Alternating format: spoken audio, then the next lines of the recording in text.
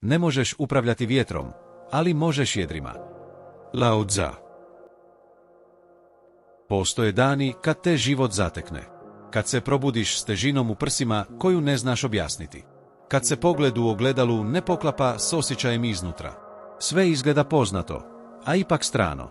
Kao da si gost u vlastitom životu.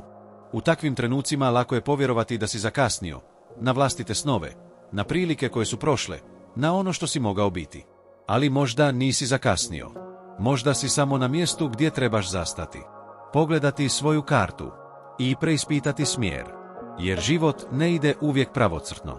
Ne pleše po koreografiji koju smo pažljivo zamišljali. Ponekad dođe kao oluja, kao šapat koji se pretvori u krik.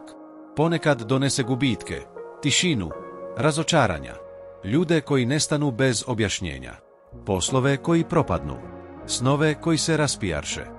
I u tim trenucima, dok stojiš na obali i gledaš kako se horizont mijenja, čini ti se da si nemoćan, da ne držiš kormilo. Ali možda je upravo tada najvažnije sjetiti se jedne misli. Ne možeš upravljati vjetrom, ali možeš jedrima.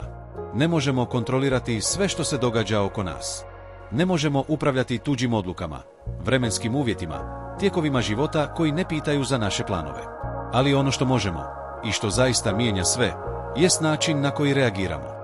U tome leži snaga. Ne u otporu, nego u prihvaćanju. Ne u kontroliranju svega, nego u biranju onoga što je naše.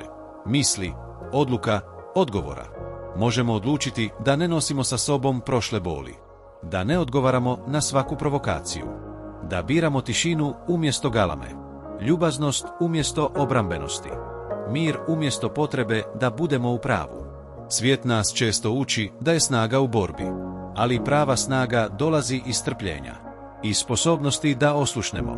Da prepoznamo kada je vrijeme za stajanje, a kada za kretanje.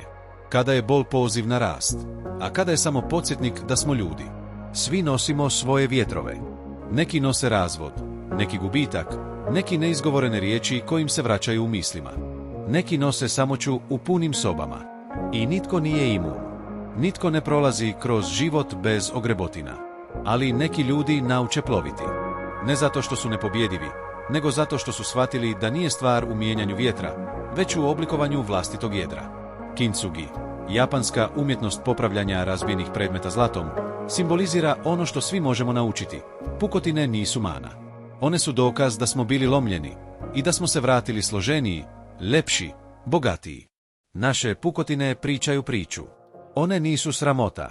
One su naš sjaj. Indijska filozofija kaže da je kao majmun. Skače s misli na misao, nemiran, nepredvidiv. Ali kao i more, koje se smiruje u zoru, naš može pronaći tišinu. Ako mu to dopustimo, ako stanemo, udahnemo i zapitamo se, je li ovo vrijedno mog mira? Svijet od nas traži reakcije. Da budemo brzi, glasni, sigurni. No istinska mudrost često leži u tišini. U trenutku kad biramo ne odgovoriti. Kad biramo pričekati. Kad biramo razumjeti, prije nego osudimo. U egipatskoj mitologiji, srce čovjeka se nakon smrti važe protiv pera istine. Samo ono srce koje je lagano, oslobođeno krivnje, gorčine, boli, prolazi dalje. Ne zato što nije patilo, nego zato što je otpustilo. Naučilo kako nositi, bez da ga to lomi. Možda nećeš moći promijeniti smjer vjetra, ali možeš naučiti plesati s njim. Možeš prihvatiti da neke priče neće dobiti kraj koji si zamišljao. Da neki ljudi dolaze i odlaze. Da neke rane ostaju, ali uz njih rasteš. Kroz njih svjetliš. Tvoje jedro je tvoj izbor. Nije slabost. Nije bijeg. Ono je tvoje oružje, tvoj kompas, tvoja sloboda. Ono te vodi, ne uvijek kamo si planirao, ali često kamo ti duša zaista treba stići. Ne moraš imati sve odgovore. Ne moraš znati svaki korak. Dovoljno je da znaš sebe. Da znaš što je tvoje, a što nije. Da znaš kad pustiti, kad reći dosta, kad okrenuti jedra u drugom smjeru.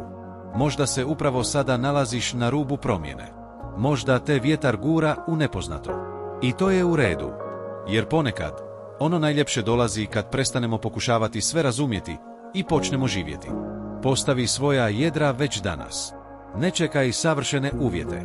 Ne traži mir izvana da bi pronašao mir u sebi. Jer vjetar neće uvijek puhati u tvoju korist, ali tvoje jedro zna. Tvoj osjećaj za ravnotežu zna. Tvoja tišina zna. Ako su ti ove riječi donijele mir, ako si u njima pronašao prostor za disanje, razmišljanje, prihvaćanje, dobrodošao si. Ovdje učimo kako ploviti zajedno. Tiho, mudro, s povjerenjem. Jer nije važno kamo vjetar puše, važno je kako ploviš.